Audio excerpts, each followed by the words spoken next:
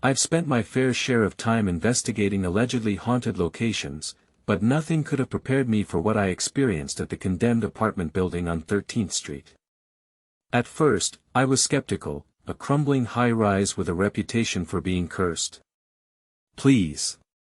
But something about this place drew me in. As I approached the entrance, I noticed the eerie silence. No birds chirping, no cars driving by. Just an unsettling stillness. The doors were chained and padlocked, but I managed to slip through a narrow opening just big enough for my camera equipment. The air inside was heavy with the scent of mildew and decay. Cobwebs clung to the walls like macabre tapestries. I began to set up my gear, trying to shake off the feeling that someone, or something, was watching me from the shadows.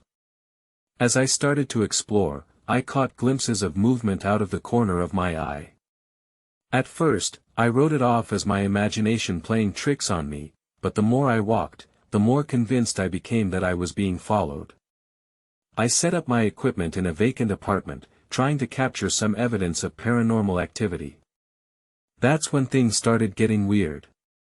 Doors would slam shut on their own, and the sound system would crackle with static, always just out of earshot. I tried to rationalize it as the building settling, but deep down, I knew better. As night began to fall, I decided to conduct a EVP, electronic voice phenomenon, session. I asked questions into my recorder, hoping to capture some whispers from beyond. And then, I heard it, a faint whispering in my ear.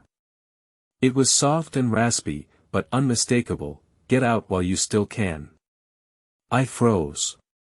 The hairs on the back of my neck stood at attention. That's when I saw her, a figure standing just behind me. Tall, gaunt, and imposing, with eyes that seemed to bore into my soul. In that moment, I knew I had to get out, not just because of the eerie presence, but because something fundamental had shifted. The condemned apartment building was no longer just an abandoned structure, it was a portal to a realm beyond our own. And I was in way over my head.